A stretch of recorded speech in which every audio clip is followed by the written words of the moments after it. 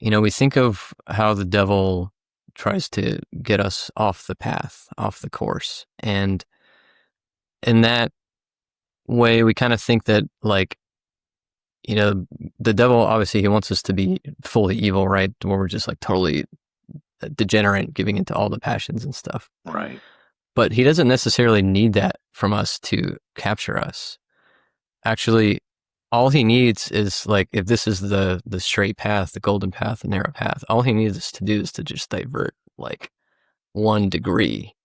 Many And times it's just him getting us to be satiated with just enough, yeah. or to be happy with the feeding from the slop trough of this world. uh, that we would become the prodigal son and be content to eat with the pigs. Right.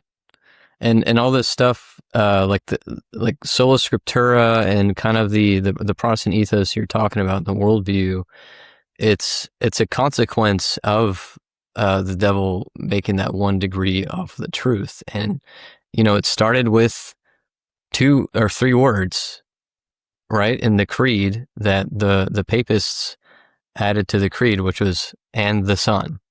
Yeah. Right? It started. There's just 3 words, added to the creed of belief, and that was that little 1 degree that separated the church. Now that you have two, you have Orthodoxy, you have Roman Catholicism, and then as Roman Catholicism grew in a different direction, that obviously ultimately led to evolutions and problems that resulted in the Reformation, which was then a reaction to the reaction, and then now we're having reactions to the reactions to the reactions, and it's just this kind of spiral out over decades and centuries, where you have Yeah. Orthodoxy here, like in the East, kind of just continuing. Yeah, we're just doing it. We're just doing our own thing, and And then everyone over here is just spiraling out of control. we're praying for everyone else, asking God for him to bring them into the fold. Yeah, God willing.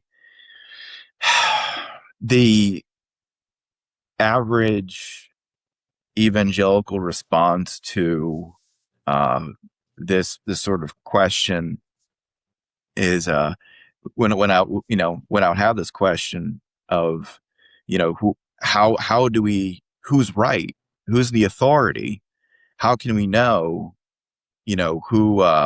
who's interpreting this correctly, what church am I absolutely supposed to go to?